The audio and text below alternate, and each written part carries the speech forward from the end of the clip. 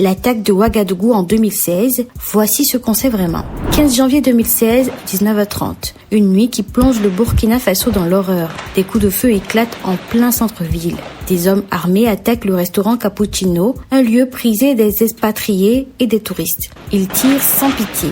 Des corps s'effondrent, le feu se propage. Les survivants fuient en courant, d'autres se cachent sous les tables, mais pour les terroristes, ce n'est pas fini. Ils traversent la rue et prennent d'assaut l'hôtel Splendid, un endroit fréquenté par des diplomates et des humanitaires. Ils tirent sur la réception, montent aux étages et prennent des otages. L'armée burkinabé tente d'intervenir, mais les terroristes sont bien préparés. Les tirs résonnent dans toute la ville. Il est minuit et l'attaque est hors de contrôle. Les forces spéciales françaises et américaines entrent en jeu. Un plan est mis en place pour neutraliser les assaillants et libérer les otages. Les explosions illuminent la nuit. Les échanges de tirs sont intenses. Les forces de l'ordre avancent étage par étage, salle par salle. Chaque coin de l'hôtel devient un champ de bataille. 16 janvier à 9h du matin, tout est fini. Les 4 terroristes sont abattus, mais le bilan est terrible. 30 morts et 71 blessés. Des victimes de 18 nationalités différentes. Des corps seront retrouvés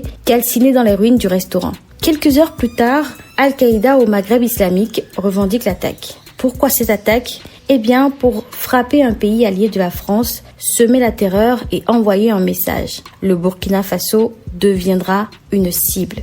Avant cette nuit, le pays était relativement épargné par le terrorisme. Mais après 2016, tout bascule. Les attaques se multiplient, des villages entiers sont vidés, l'armée peine à contenir la menace et le pays s'enfonce dans la violence. Aujourd'hui encore, le Burkina Faso est sous pression. L'attaque de 2016 n'a pas été un simple attentat. C'était un point de non-retour et depuis, le pays se bat pour survivre et la guerre est loin d'être terminée.